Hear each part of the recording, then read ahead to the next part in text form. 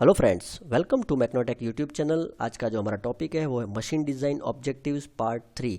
तो ऑलरेडी मैंने पार्ट 1 और 2 बना दिया है, अगर आपने नहीं देखा हो तो देख लीजिएगा। शुरुआत करते हैं यहाँ पे।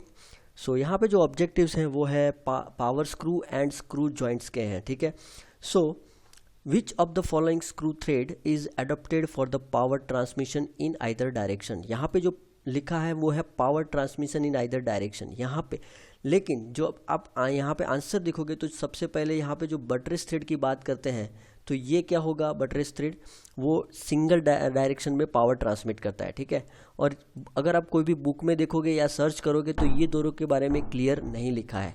स्क्वायर थ्रेड जो है वो आइदर डायरेक्शन में पावर बहुत अच्छी तरह से ट्रांसमिट कर सकते हैं, उसकी एफिशिएंसी भी बढ़िया है, ठीक है। इसका आंसर आएगा B. Okay, now second is multiple threads are used to secure. आप जैसे कि आपको पता है कि सिंगल स्टार्ट, डबल स्टार्ट, ठीक है, ट्रिपल स्टार्ट, तो मल्टीपल स्टार्ट थ्रेड क्यों चाहिए फ्रेंड्स? तो क्योंकि क्या होगा, उसका बेरिंग जो एरिया होगा, ठीक है, वो बढ़ जाएगा। और एरिया बढ़ जाएगा तो उसकी जो लोड लिफ्टिंग कैपेसिटी है वो भी बढ़ जाएगी। तो सेकंड का जो आंसर है वो होगा C. Okay, then screw use for the power transmission should have. अगर आप पावर ट्रांसमिशन में जो भी स्क्रू यूज़ कर रहे हो, स्क्वायर एक में जो भी है, तो उसकी एफिशिएंसी कैसी होनी चाहिए? तो उसकी एफिशिएंसी हाई होनी चाहिए, ठीक है। और लो एफिशिएंसी कहाँ पे होनी चाहिए? कि जो नॉर्मल स्क्रू है, हम दो कंपोनेंट को फास्टिंग के लिए यूज़ करते हैं, दो कंपोनेंट को जॉइंट करने के लिए यूज़ करते हैं, उसकी एफिशिएंसी फ्रेंड्स बहुत ही कम रहती है, ठीक है। Next is if alpha denotes the lead angle and phi are the frictional angle, then efficiency of the screw is written as। तो फ्रेंड्स मैंने इसका भी वीडियो बना दिया है, मेरा पावर स्क्रू का वीडियो देख लीजिएगा। वो उसमें हमने यहाँ पे डिराइव किया है, उसका जो आंसर है वो है डी। ओके, यहाँ पे आंसर होगा D. Now a screw jack has a square thread and lead angle of thread is alpha. Okay, a screw jack has a square thread and lead angle of the thread is alpha. The screw jack will be self locking when the coefficient of friction mu is। अब यहाँ पे चार option दिए हैं तो इसका answer A है। क्यों ए है? तो म्यू इज इक्वल टू, यहाँ पे हम बोल सकते हैं 10 फाई है, ठीक है। म्यू इज इक्वल टू 10, यहाँ पे लिखने में दिक्कत हो रही है लेकिन आप जरा समझ लेना, 10 phi. 10 alpha is equal to, अगर 10 फाई यहाँ पे है, ठीक है, mu is equal to 10 phi है, तो यहाँ पे फिर से बता दूं फाई क्या है फ्रेंड्स, ठीक है। तो यहाँ पे सपोज फाई जो है वो मेरा इंक्लिनेशन एंगल है, ठीक है। फाई जो है मेरा इंक्लिनेशन एंगल, मतलब कि यहाँ से ऑब्जेक्ट, यहाँ पे ऑब्जेक्ट ऑटोमेटिकली नीचे आना स्टार्ट करेगा, वो मेरा फाई एंगल है, ठीक है। अब लीड एंगल जो है वो फाई से कम होगा, लीड एंगल जो है अल्फा वो अगर फाई से कम होगा तभी ये सेल्फ लॉकिंग पॉसिबल बनेगा, ठीक है। मैं फिर से बता दूं आपको, ये फाई है और ये अल्फा है, ठीक है। ये फ्रिक्शनल एंगल फाई, ठीक है, और ये अल्फा है लीड एंगल। तो यहाँ पे अगर फाई ज़्यादा है और अल्फा कम है तभी यहाँ पे सेल्फ लॉकिंग पॉसिबल है। अगर यहाँ पे अल्फा ज़्यादा हो जाता है फाई से, देन यहाँ पे ओवरहॉलिंग हो जाएगा, ठीक है। यहाँ पे जो आंसर है वो है ए। Okay, now to ensure the self locking in a screw jack, it is essential that the helix angle is।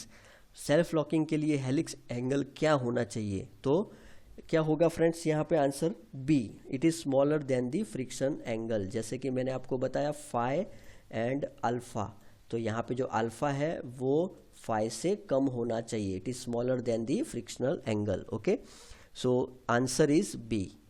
Then next is A screw is said to be self-locking screw if the efficiency is। अगर कोई screw है उसको self locking कब बोलेंगे? तो उसकी efficiency जो है अगर लेस देन 50% है, then it is called the self locking screw. Okay, अगर एफिशिएंसी लेस देन 50 है then it is called the self locking screw. Then next is a screw is said to be overhauling.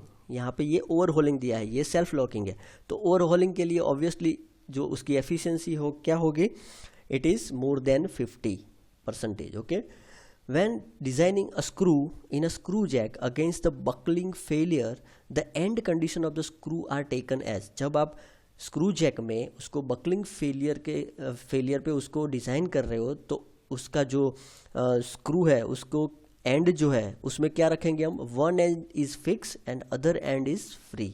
उसका एक and जो है वो fix हो रहेगा और दूसरा एंड जो है वो हमें फ्री कंसीडर करना है।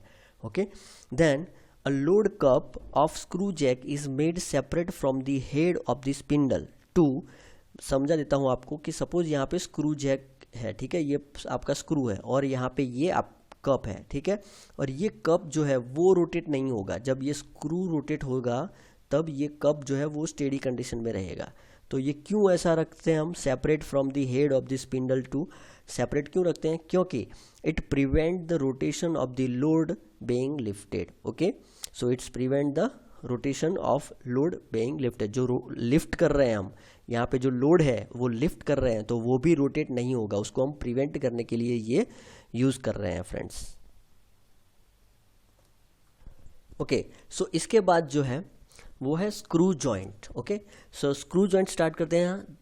The largest diameter of external और internal screw thread is known as, मतलब कि इंटरनल और एक्सटर्नल स्क्रू थ्रेड है आप, और उसका जो लार्जेस्ट डायमीटर है that is the major diameter. ठीक है, now the pitch diameter is the effective diameter of external और इंटरनल स्क्रू थ्रेड। जो पिच डायमीटर होता है उसको हम इफेक्टिव डायमीटर बोल सकते हैं।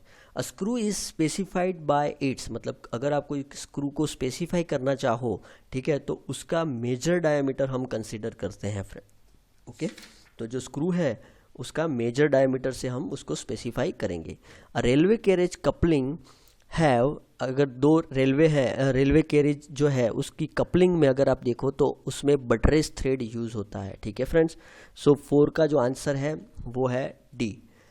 उसके बाद नेक्स्ट जो है, the square threads are usually found on, square thread कहाँ पे हम देख सकते हैं, तो स्क्वायर थ्रेड जो है वो feed mechanism of machine tool में आपको ज़्यादा दिखेंगे। ठीक है, मोस्टली वहाँ पे यूज़ होता है।